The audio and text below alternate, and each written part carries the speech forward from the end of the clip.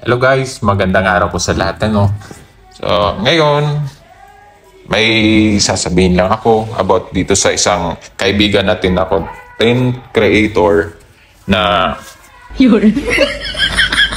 nagkaroon siya ng account warning. So, di ba, napakasakit, nakakapanghinayang. Pero, hindi naman totally nakakapanghinayang kasi pwede pa naman ang gawa ng paraan. Meron naman siyang timeline para meron naman mga paraan may babalik sa normal yung account. So may mga warning lang kasi.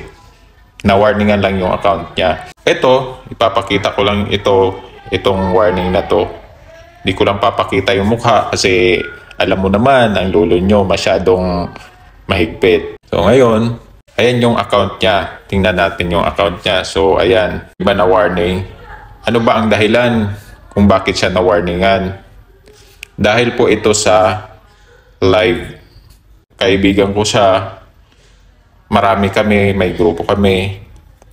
Maakyat kami sa live. So, siyempre, pag nandun ka sa live, minsan di mo maiwasan, magjo-joke-joke ka. Pero, yung palang joke na yun yung nag-uudyoke na magkaroon ng warning yung account niya. So, hindi ko nababanggitin dito kung ano yung word na yun, pero basahin nyo na lang dyan. Basahin nyo na lang po para mas aware kayo, para kung dadalaw man kayo sa live or magla-live kayo, meron kayong basihan, ma-remind yung sarili natin na the way tayo mag-deliver ng mga pananalita natin para safe yung account natin. Kasi tingnan mo tong tingnan mo tong violation niya kung bakit na account warning yung account niya. So pinaghirapan din yan, mahirap din abutin yung yung napakaraming followers. Sana maging aware po ang lahat, no, kapag umaakyat kayo sa live or pinapaakyat kayo sa live. So dapat maingat tayo sa ating mga pananalita, bibitawang salita, bibitawang comment. Ayun.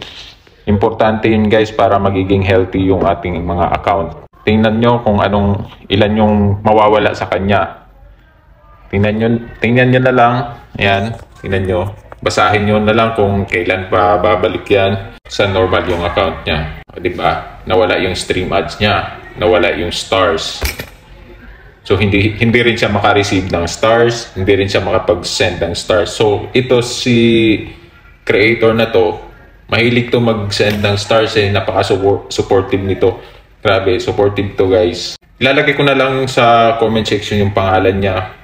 Dalawin nyo na lang. Kasi ayaw ko magbanggit ng pangalan dito sa video na to kasi napaka-stricto ng lulo nyo, di ba? Alam nyo yan. Diba? Ngayon nga, mga malalaking creator nadidemonetize, di ba? Hindi natin alam kung ano ba talaga mga update ni Meta. Awareness lang ito guys. Maraming salamat sa inyo. Lalo na sa mga sumusuporta sa aking mga followers ko. Pati yung mga bagong followers. Sana hindi kayo magsasawang sumuporta guys. So, magtulungan lang po tayo. Kasi wala pong ibang magtutulungan dito sa social media kundi tayo-tayo lang din para umangat tayo. Diba? So, tulungan lang. Yung mga hindi pa naabot yung mga requirements. So, mag-ano lang kayo.